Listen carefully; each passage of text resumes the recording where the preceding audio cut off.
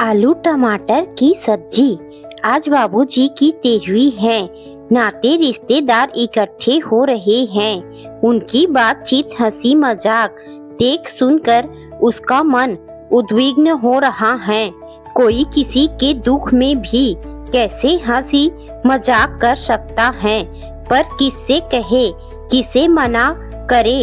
सभी तो एक जैसे हैं। वह बाबूजी की तस्वीर के सामने जाकर आंख बंद करके चुपचाप बैठ गई। अभी 20 दिन पहले ही की तो बात है। वह रक्षाबंधन पर मायके आई थी। तब बाबूजी कितने कमजोर लग रहे थे। सबके बीच होने के बावजूद उसे लगा कि जैसे वह कुछ कहना चाहते हो। फिर मौका मिलते ही फुसफुसा कर धीरे से बोले भी थे, बिट्टू बहुत भूख लगी है, कुछ खिला दो। रमा भाभी तो हमको भूखा मार देगी, आधा पेट ही खाना देती हैं। दोबारा मांगने पर कहती हैं कि परेशान ना करो, जितना देते हैं उतना ही खा लिया करो, ज्यादा खाओगे तो नुकसान करेगा, फिर परेशान हम लोगों को करोगे। कहते कहते उनका गला भर आया। पर कभी आपने बताया क्यों नहीं बाबूजी? सुनकर सन्न रह गई वह। फिर तुरंत अपने साथ लाई मिठाई से 4 पीस बर्फी निकाल कर बाबूजी को दे दिया। वह लगभग झपट पड़े और जल्दी जल्दी खाने लगे। ऐसा लग रहा था मानो बरसों से उन्होंने कुछ खाया ही ना हो। अरे अरे, इतना मत खिलाओ बिट्टू, तुम तो चली जाओगी, पर अभी पेट खराब हो जाएगा तो हमको ही भुगतना पड़ेगा। तभी भाभी ने आकर उलाहना दिया। तब मन मसोच कर वह रह गई थी और चलते चलते दबे शब्दों में उसने भाभी से कुछ दिनों के लिए बाबूजी को अपने साथ ले जाने की बात कही तो भाभी तो कुछ ना बोली, पर भैया भड़क गए। सारी उम्र किया है तो अब भी कर लेंगे। वैसे तूने ये बात क्यों कही? कुछ कहा क्या बाबूजी ने? नहीं भैया नहीं, वह हड़बड़ा गई और बाकी के शब्द उसके मन में ही रह गए। बड़े भाई से जवाब सवाल कर भी कैसे सकती थी? बचपन से ही बेटियों को भाइयों से दब कर रहने का संस्कार जो कूट कूट कर भरा जाता है।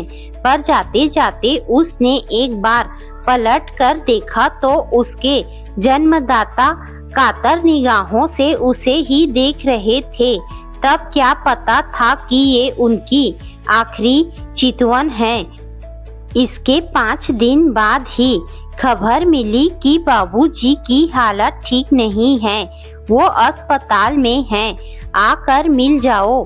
सुनकर छटपटा उठी वह और दूसरे दिन ही उनके पास पहुंच गई। बाबूजी अर्धमूर्छित से थे, उसको पहचान भी नहीं पाए। वह उनके कान में फुसफुसाई, बाबूजी देखिए मैं आपकी बिट्टू। कई बार आवाज देने पर बामुश्किल उनकी आंखें खुली। बिट्टू भूख। उनकी अस्फुट सी आवाज सुनकर वह यूं खुश हो गई मानो बरसों से प्यासे को जी भर के पानी पीने को मिल गया हो। बताइए क्या खाना है बाबूजी? पूछते हुए उसकी आंखें भर आई। आलू मटर की सब्जी, रोटी, लड़खड़ाती आवाज में उनके मुंह से बोल निकले। जल्दी से उसने इंतजाम भी किया, पर देर हो चुकी थी। बाबूजी बगैर खाए पिए भूखे ही इस संसार से चले गए। बिट्टू बिट्टू चलो खाना खा लो। अचानक भैया की आवाज सुनकर वह चौंक पड़ी। खाना? वह धीरे से बोली। भूख नहीं है भैया। हाँ बिट्टू, पहले मान्य खाना खाएंगे ना तो थोड़ा सा ही। असहज से होते हुए वो बोले। बिट्टू कुछ ना बोली, चुपचाप उठकर मान्यों वाले पीछे आसन पर बैठ गई। थाली में तरह तरह के पकवान परोसे जा रहे थे।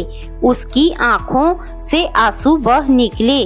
कानों में बाबूजी के आखिरी शब्द गूंज रहे थे, आलू मटर की सब्जी रोटी।